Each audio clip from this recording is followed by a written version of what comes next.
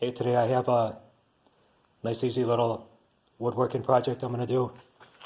I'm going to make a stand for a backstop, I think they call it, for a BB gun or pellet gun. I'm going to take these pieces of scrap wood, put them up here like this, and screw them down, leaving just enough gap for a 1/2 inch piece of plywood. Something like this, just a scrap piece I had. So it would fit in there. And then like that, and then I can always just change this out. And you can buy 2-foot square plywood at Home Depot. And I'm just using the scrap I have for now.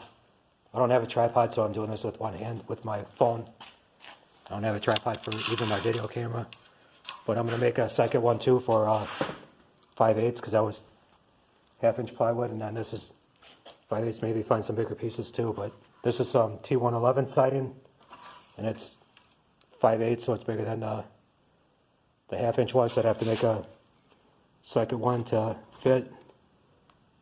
But I'm just using scrap pieces of wood I have anyway, and I don't know how well this will hold up because it's kind of thin in the grooves. It could snap or break, but I like the idea that hopefully that'll be enough there to hold it pretty vertical, and it'd be like nice and portable. I can easily pick this up and move it around and put it away. Even somebody with a car, it could easily fit in the back seat or the trunk of a car. Break it down and put it back, set it up when you're ready. And I guess I can make one and show you it finished. But yeah, pretty simple, but it'll come in handy, definitely.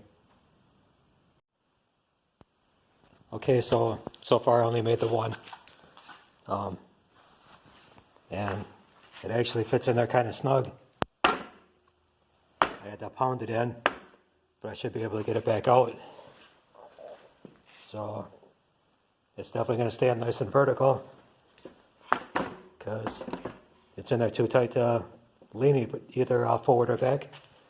And then I'll just do, there you can see the difference. I'll just do the 1/2 inch one later. But with this you should get the idea, and that should work out pretty well for not costing anything.